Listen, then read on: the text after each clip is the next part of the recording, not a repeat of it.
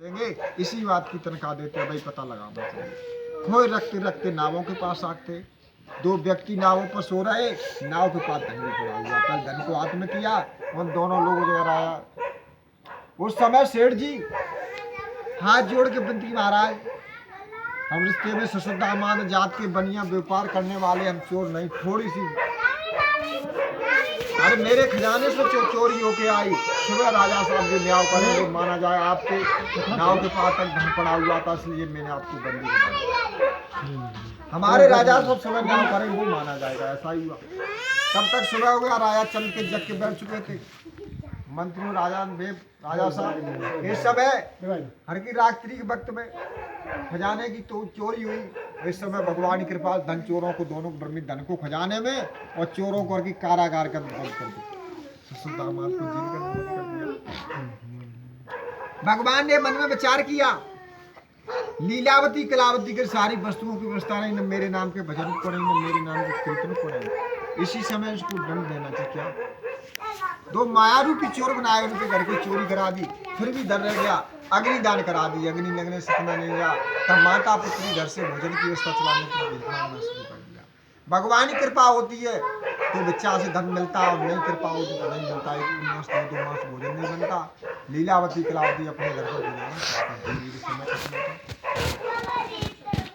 एक दिन कलावती कन्या सुबह से शाम तक बच्चा के निकली, कितनी ने इतना आटा डाल नहीं दिया जो पेट के आकर के 2 गली भोजन बना के खा ले। भूख न के सताया, एक मंदिर पर जा पहुंचे। मंदिर पर क्या देखती है कि सत्यनारायण स्वामी कथा हो रही है, सभी भक्त भगवान की कथा को सुन रहे, कलावती कन्या भी भगवान की कथा को सुन रही।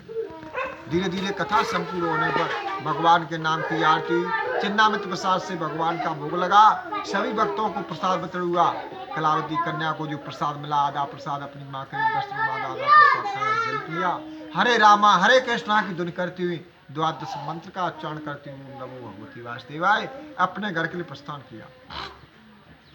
सायंकाल के वक्त में पुत्री लेट आने पर माँ लीलावती के लिए, कलावती पुत्री सायंकाल का वक्त इतने समय तक कहाँ गुजारा करी माँ, पहले भगवान की कथा का प्रसाद खाइए, तब आगे वृतांत को पूछिए, बताइए। पुत्री के हाथ का माँ ने प्रसाद खाया, भगवान की कथा का जल पिया, आत्मा में तसल्ली आई। कहने लगी कलावती पुत्री, हे माँ पूरे दिन बच्चा के लिए निकले, किसी ने इतनी बच्चा नहीं, 2 पेट गया भोजन। एक मंदिर पर जा पहुंचे, भूख ने अधिक सताया, भगवान सत्यनारायण स्वामी कथा हो रही थी, सभी भक्त भगवान की कथा को सुनते थे, मैं भी सुनने लगे। धीरे धीरे कथा संपूर्ण होने, भगवान के नाम की आरती हुई, चिन्नामृत प्रसाद से भगवान का भोग लगा। प्रसाद का जो शेर मिला, आधा प्रसाद खाकर जल पी करके आत्मा को तृप्त मैंने किया, आधा प्रसाद आती। पुत्री के इन वाक्यों को मुख से सुनने के बाद माँ लीलावती कहने लगी, हे कलावती पुत्री, आपके पिता ने गंगा के तट पर जल संकल्प किया था, मेरे घर में आप पुत्री जन्म ले, नाम कर संस्कार पर सत्यनारायण। आपके पिता ने आपके जन्म होते गौओं के सिंह बढ़वाए, शादी ब्राह्मण मान पक्षों को दान मांगा, नामकर संस्कार पर क्षेत्र निवासी नगर निवासियों को भोजन कराया। इस समय भी याद दिलाइए, कह दिया पुत्री का विवाह संस्कार करेंगे, तब भगवान सत्यनारायण जब विवाह संस्कार किया, उस समय भी याद दिलाई, कह दिया धन का बाबू तो कोई समय। कलावती कन्या हाथ जोड़ कर लिए, माँ हमारा पर घर पे, तब इतने दुखी पिता पति तो विदेश गए, जिनने दुख को दिया बे दुख पर, हमारा तुम्हारा कर्तव्य है कि सुबह शाम भगवान के भजन को कीजिए, हर समय कीर्तन को मुखार से बोलिए। भगवान दया के सागर, हृदय के कोमल, हर के संकट को निवारण करें। लीलावती कलावती सुबह शाम भगवान के भजन को हर समय मुखार से बोलती। उस समय ससुर दामान को घर से जाए 11 साल होने वाली थी। भगवान ने मन में विचार किया, न मेरा अपमान लीलावती ने किया है, न कलावती ने किया, न लक्ष्य ने अपमान किया। सेठ जी के अपमान करने, यानी परिवार के एक सदस्य के अपमान करने से जितने परिवार के सदस्य भगवान के संकट कर सभी से।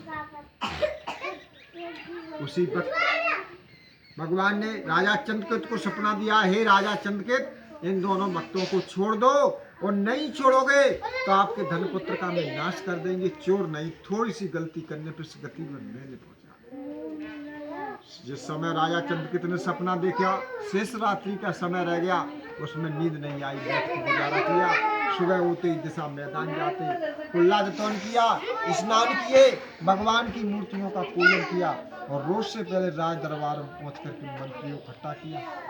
और मंत्रियों से जब सपने का वृतांत बताया, मंत्री कहने लगे महाराज 3 बजे से सुबह के वक्त में सुबह के 6 बजे तक ब्रह्मउत होता है।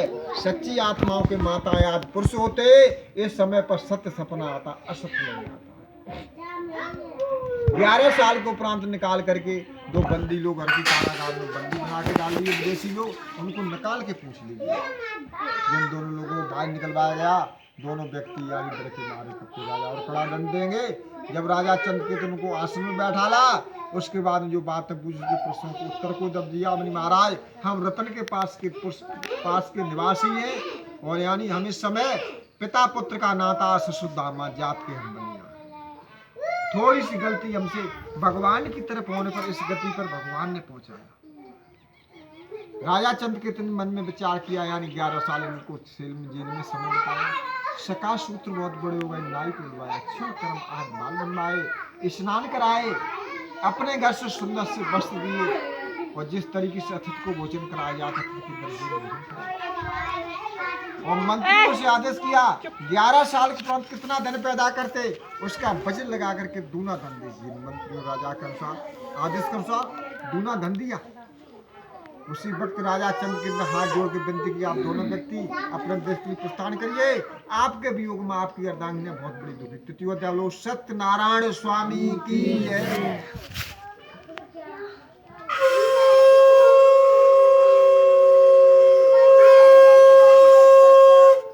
सूजी महाराज कहने लगे, शेठ जी नाव के पास आने के बाद नावों की तैयारी कराई, नावों का प्रस्थान देश के शुरू करा दिया।